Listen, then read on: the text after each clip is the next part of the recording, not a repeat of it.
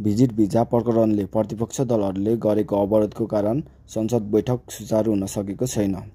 प्रतिपक्ष संसदको मर्मस्वरूप गणतन्त्र दिवसको दिन बजेट भाषण गर्न दिएको प्रतिपक्षले लगातार संसद अवरोध गरेका छन्। यसैबीच सहमति जुटाउन सत्तारूढ प्रतिपक्ष दलको प्रमुख सचेतकहरूबीच सहमति प्रयास भए पनि सहमति जुट्न सकेन। संसद खुलाउन भूमिका खेलिदिनु पर्यो भन्दै प्रमुख प्रतिपक्ष दलका नेता प्रचण्डसँग सत्तारूढ दलका कांग्रेसका सभापतिले आग्रह गरेका छन्। भिजिट भिजा प्रकरणले लगातार 11 चोटि प्रतिनिधि सभा बैठक सरेको छ।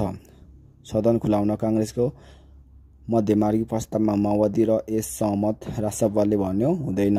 प्रतिपक्षहरूको सभामुख र प्रतिपक्ष दलहरूसँग आग्रह गर्दा समेत प्रतिनिधि सभाको बैठक विपक्षको अवरोधले जेठ 26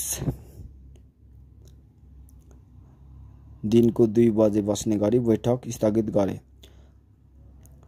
भिजिट भिजा प्रकरणले बैठक सरे पनि संसदमा भने विशेष कारणवश बैठक बस्न नसकेको भन्दै पटक पटक बैठक सरेको छ।